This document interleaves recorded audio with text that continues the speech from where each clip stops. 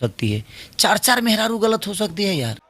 उतना ही खोदो जितना अच्छा लगे। एक दुश्मन आके बताइए। खेसारी लाल के इस बयान से भोजपुरी इंडस्ट्रीज में फिर से विवाद देखने को मिल रहा है, क्योंकि खेसारी लाल यादव ने कह दिया है कि साफ शब्दों में पवन सिंह की 4 पत्नियां थी। पवन सिंह के टीम के तरफ से भी लोग लाइव आकर बोल रहे हैं कि पवन सिंह के पास 4 पत्नियां कब थी। अच्छा, इसलिए बोला था तू?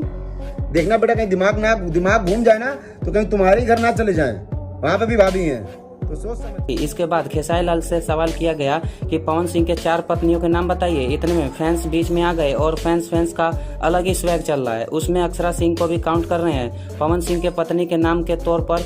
इसका सच कुछ और है। ये सभी लोग जानते हैं पवन सिंह का अफेयर रहा है अक्षरा सिंह के साथ, लेकिन पत्नी नहीं हो पाई। अब 4 पत्नियों की सच्चाई है तो देखो, पहला करीना रानी के साथ 2010 का मैटर है और ये पूरी तरह कंफर्म भी नहीं है, क्योंकि उस वक्त सोशल मीडिया का जमाना नहीं था। कुछ लोग बोलते हैं और कुछ लोग नहीं बोलते। ऑफिशियल तौर पे पवन सिंह की 2 पत्नियां रह चुकी हैं। 2014-15 में स्वर्गीय नीलम सिंह, उसके बाद 2018-19 में ज्योति सिंह। रही बात अक्षरा सिंह की, तो अक्षरा सिंह से ज्यादा अफेयर तो रानी चटर्जी के साथ चला था 2008 के करीब। बस कोई मैटर नहीं है, 2 को 4 बनाया जा रहा है। अब कितना सही है या कितना गलत, आप फैंस ही बताइए कमेंट बॉक्स में। और वीडियो को देखने के लिए आपका बहुत बहुत धन्यवाद।